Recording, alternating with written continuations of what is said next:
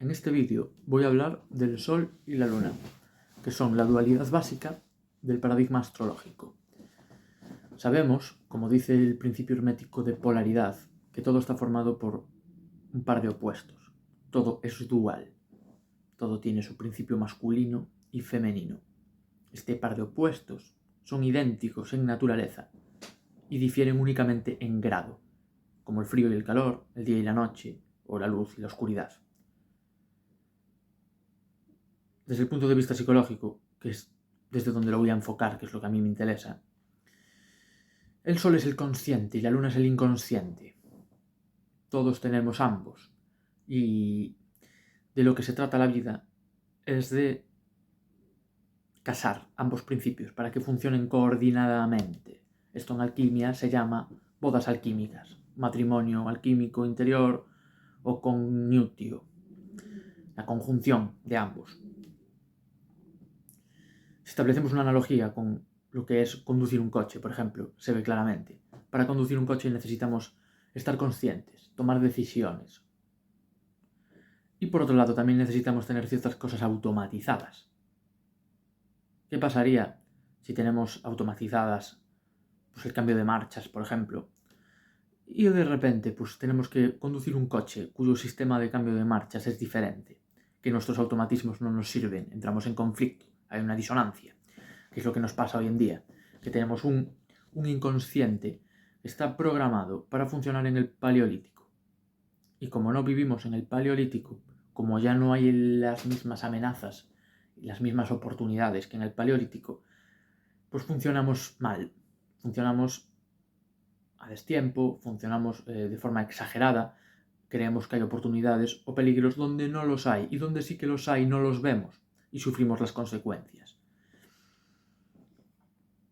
Desde un punto de vista mitológico, el Sol es el héroe, el protagonista de la historia. Cuando digo paradigma mitológico, podríamos hablar también de todas las historias, del cine también podríamos hablar. En el cine, el Sol es el protagonista. En una película, el Sol es el protagonista. Y la Luna es el enemigo a vencer. Por un lado es la madre, y por otro lado es el monstruo, es el dragón, es la hidra. Luego explicaré un poco más por qué. Pero estos dos símbolos, el símbolo de la madre y la hidra y el monstruo, están correlacionados de alguna forma, están unidos en cierto punto. Son símbolos de la tierra, tónicos, femeninos, inconscientes. Entonces, dicho esto, ¿cuál es la función de la Luna? Ya lo dije en parte. Tiene dos funciones, básicamente. Una es suministrar sustancia y otra es proteger. La protección de la Luna tiene que ver con el arquetipo de Cáncer, que es el signo que rige la Luna. La Luna rige a Cáncer. Y se exalta en Tauro, que es lo que tiene que ver con la sustancia que aporta la Luna, para poder generar una nueva forma, que es el Sol. La Luna alimenta al Sol. La madre alimenta al hijo. ¿Cómo lo alimenta? Pues con alimento y con afecto, que son análogos. Por eso, cuando una persona se siente poco valorada, poco querida, tiende, en muchos casos, a recurrir a la comida como sustituto. Porque hay una analogía a nivel psíquico entre el afecto y la comida. Hay una tendencia innata a afectivizar la comida, a buscar a nuestra madre en la comida.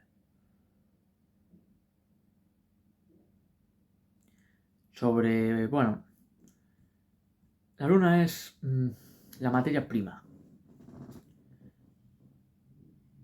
El Sol es la singularidad. Es lo que hace único a cada ente.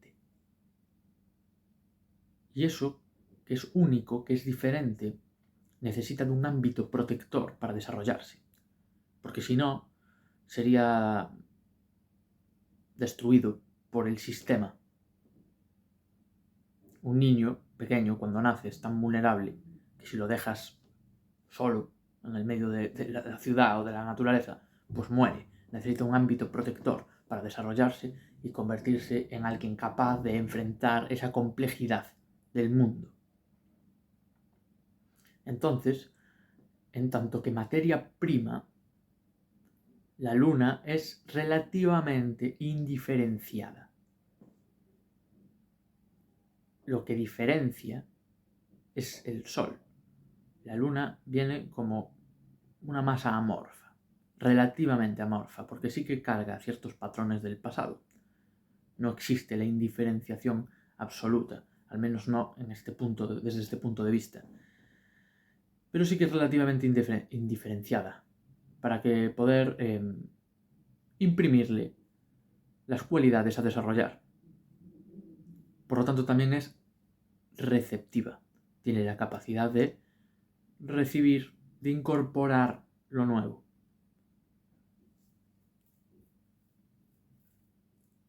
Y también tiene la capacidad de renovarse. Bueno, que viene siendo lo mismo, que es la capacidad de incorporar una nueva diferencia sobre el patrón anterior y sustituirlo o matizarlo, complejizarlo. Esto implica una paradoja. Por un lado, la Luna es inocente, virginal, vulnerable. Es pura entrega. La Luna te entrega su sustancia para que tú, como individualidad solar, la utilices y des forma a eso que eres, te desarrolles. La Luna es pura disponibilidad. Pero por el otro lado, tiende a la cristalización. Y aquí es donde entra el lado oscuro de la Luna, el lado devorador, castrador, ese dragón, ese monstruo, esa bruja que castra, que no permite la renovación, que se estanca en la repetición de lo mismo cuando ya no es necesaria, porque el éxito de la Luna implica su disolución. Porque cuando el niño se desarrolla lo suficiente como para poder valerse por sí mismo en el mundo, su responsabilidad y su finalidad es salir a ese mundo. Si la Luna se interpone en el medio, si la Luna no permite que eso suceda, es cuando castra al Sol, cuando el inconsciente devora al consciente. Esto se ve en lo que simboliza la luna llena. La luna llena puede verse desde 3 puntos de vista diferentes. Un punto de vista completamente regresivo, que tiene que ver con el mito del licántropo. El inconsciente se come al consciente y el individuo se convierte en un animal rabioso, desbocado, y comete pues toda clase de crímenes porque se vuelve loco. Otro punto de vista es el del romance. La luna llena tiene que ver con el romance, con una idealización, porque no deja de ser romance ilusorio. Es como una ilusión de encontrar la completitud en el otro, de que algo te llene, de poder ser libre y completo con otro. Y luego la tercera forma de ver a la luna llena, que es la contemplación del inconsciente, la iluminación del inconsciente, lo cual deriva en una explosión de creatividad. De la misma forma que cuando un hombre y una mujer se unen y dan a luz a un nuevo hijo, a un niño, en nuestro interior ocurre lo mismo. Cuando nuestro lado masculino solar se casa y fecunda al lado femenino lunar, nace algo nuevo en nosotros, que es esa creatividad, esa capacidad de crear nuestra realidad viene dada por este matrimonio interno, por este matrimonio alquímico. Todo este proceso de formación de la singularidad se va dando en diferentes ciclos, es multidimensional y en cada dimensión están todos los arquetipos, la luna incluida. Desde un punto de vista de la evolución del ser humano, podríamos hablar de un primer ciclo que consiste en la en elaborar y singularizar la sustancia biológica. Este ciclo culmina en el nacimiento. La madre, en este caso, es el útero. Es ahí donde el feto se desarrolla hasta convertirse en bebé. Cuando se convierte en bebé, la luna ya cumplió su función y el bebé ha de romper ese límite para pasar a formar parte de un medio mucho más complejo, en el cual se va a volver a desarrollar otra luna diferente que le va a posibilitar elaborar y singularizar la sustancia psíquica familiar. Ya pasa del útero a la familia. En este segundo ciclo, a lo que se le da forma es a la personalidad individual. Astrológicamente estamos hablando de los arquetipos de Mercurio, que es la comunicación y el aprendizaje, de Venus, que es la función de atraer hacia mí lo que necesito y lo que quiero, y Marte, que es la función de actuar por eso que quiero y necesito. Una vez esto está formado, la función de la familia ya es culminada. Y nos damos a luz a nosotros mismos a un nuevo fractal del mismo ciclo. Ya estaríamos entrando en la tarea de elaborar y singularizar la sustancia del inconsciente colectivo. Esto es el desarrollo de lo que Jung llamó el sí mismo, lo transpersonal. Aquí hablamos ya de los arquetipos más elevados del sistema astrológico, que son Urano, Neptuno y Plutón. Antes de eso, hay que pasar por una etapa de desarrollo social, lo que se llaman arquetipos sociales, que son Júpiter, la expansión, y Saturno, la contracción, que van dando forma. Es como un interludio entre lo personal y lo transpersonal. Ahí nos vamos adaptando a la sociedad. Porque claro, entre la familia y lo transpersonal, que es lo cósmico, lo puramente humano, como mínimo, entre eso está nuestra cultura, nuestra sociedad. Ahí es donde entran nuestra sociedad, es donde entran los arquetipos de Júpiter y de Saturno. Y en ese pulso nos vamos adaptando a la sociedad de la cual formamos parte. Y eso nos catapulta a lo transpersonal, a lo puramente humano. Existe un riesgo de quedarse atrapado en cada uno de estos niveles. Yo hablo de estos niveles, realmente es infinito. Esto no se acaba. Y este peligro del que hablo, de quedarse atrapado en alguno de estos niveles, se le llama hechizo lunar, que es la creencia de que esa pequeña parte que consiste en el mundo lunar, que no deja de ser un pequeño sistema dentro del sistema mayor, aislamos una parte del sistema para que dentro de esa forma aislada pueda crecer esa nueva singularidad, que sería devastada por la complejidad externa, ¿no? Hay una tendencia a creer que ese útero, que esa familia, que esa cultura son todo lo que hay. Y una resistencia a dejar ese cascarón y pasar al fractal mayor. Ahí entramos en involución, ahí nos castramos, nos cercenamos y nos acercamos a la muerte. Porque la vida consiste en ir dejando atrás todas estas zonas. La evolución consiste en esto, en ir pasando de un fractal menor a un fractal mayor, a ir incorporando nuevos aspectos a nuestra consciencia hasta alcanzar el universo.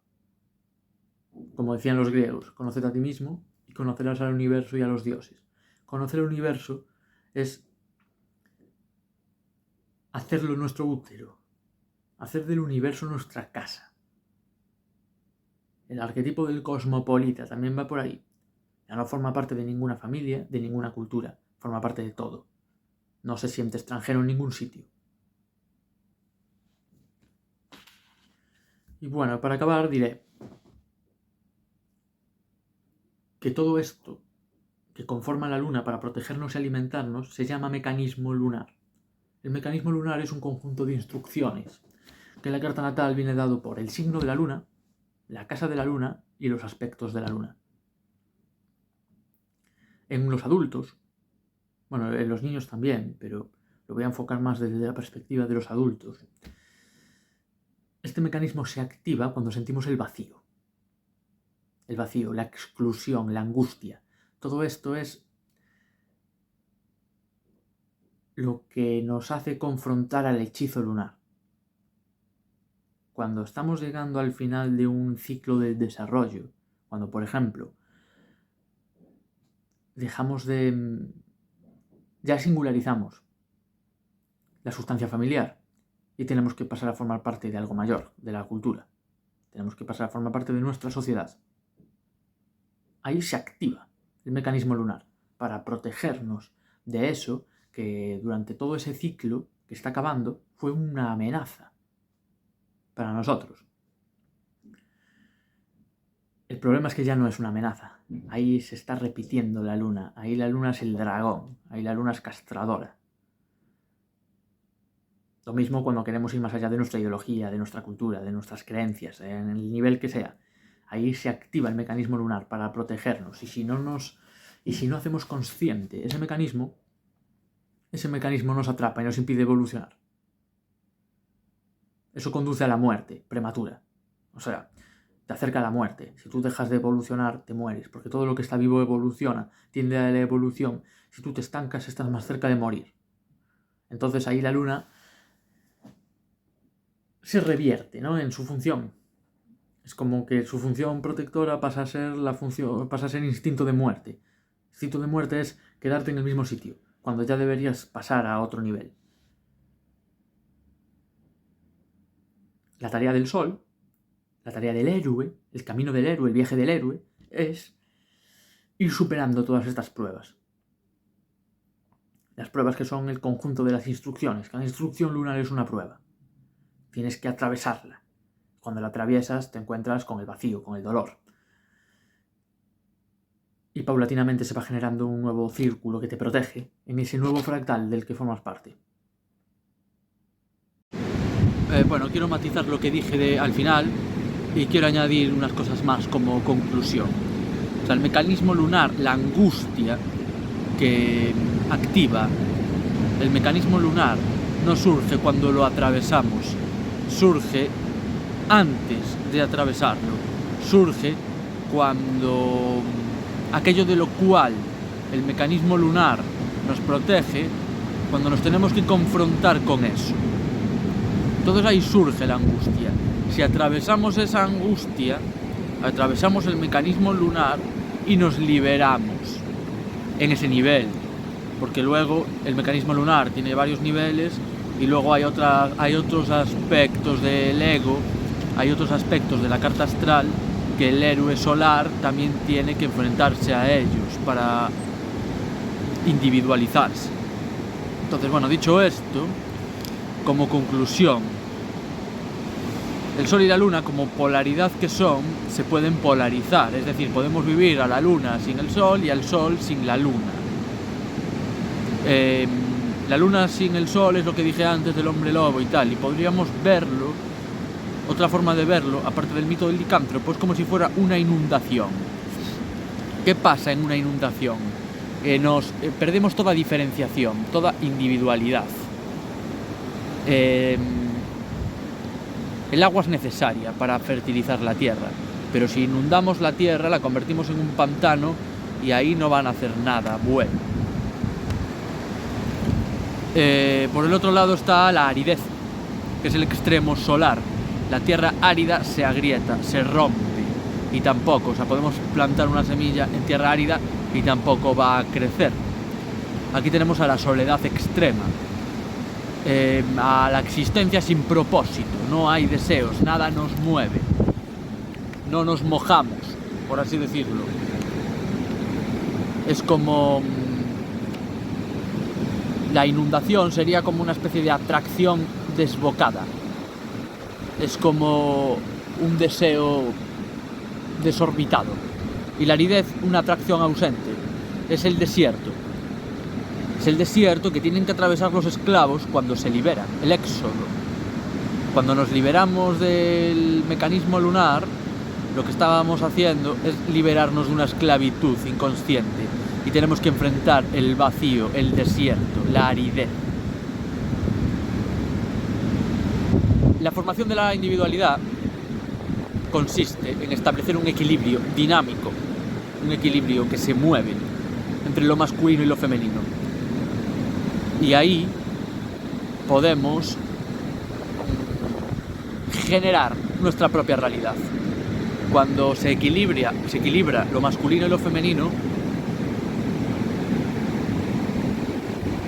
entramos en la posibilidad de replicar la genética a todos los niveles, a replicar la información que son los genes, o sea, tanto como para crear nueva vida como para nosotros mismos, ¿no? Es lo que la epigenética dice, que nosotros podemos variar nuestra genética, que podemos activar potencialidades de nuestra genética que en principio no están activadas. ¿Cómo se consigue esto? Se consigue haciendo que nuestra mente consciente y racional masculina fecunde al inconsciente y racional femenino para que brote algo nuevo. La luna no es mala, porque puede parecer, con lo que estoy diciendo, que la luna es mala. La luna es mala, entre comillas, en cierto nivel, pero en realidad detrás del mecanismo lunar, cuando lo hacemos consciente y nos liberamos de él, surge el talento de la luna, que es algo innato. O sea, la luna es innata, la luna es una energía que nos es cómoda de forma innata. Eso es un problema cuando es inconsciente, porque no lo dominamos, ella nos domina a nosotros. Pero cuando lo hacemos consciente se convierte en un talento. Por ejemplo, una luna en Aries, cuyo mecanismo básico es confrontarse para saber quién es. Una luna en Aries inconsciente busca de forma inconsciente el conflicto para, a través de ese conflicto, definirse a sí misma. Sin conflicto se angustia. Si una luna en Aries hace consciente este mecanismo y se libera, nace un liderazgo natural, una valentía natural, un enfrentar a la adversidad que puede inspirar a otros, puede poner ese talento al servicio del otro y así no solo evolucionar ella, sino ayudar a evolucionar a los demás. Entonces la clave del proceso de individualización es coordinar ambos principios para generar nuestra propia realidad. Esto de generar, o sea, esto es, de lo que estoy hablando ahora es del principio hermético de generación.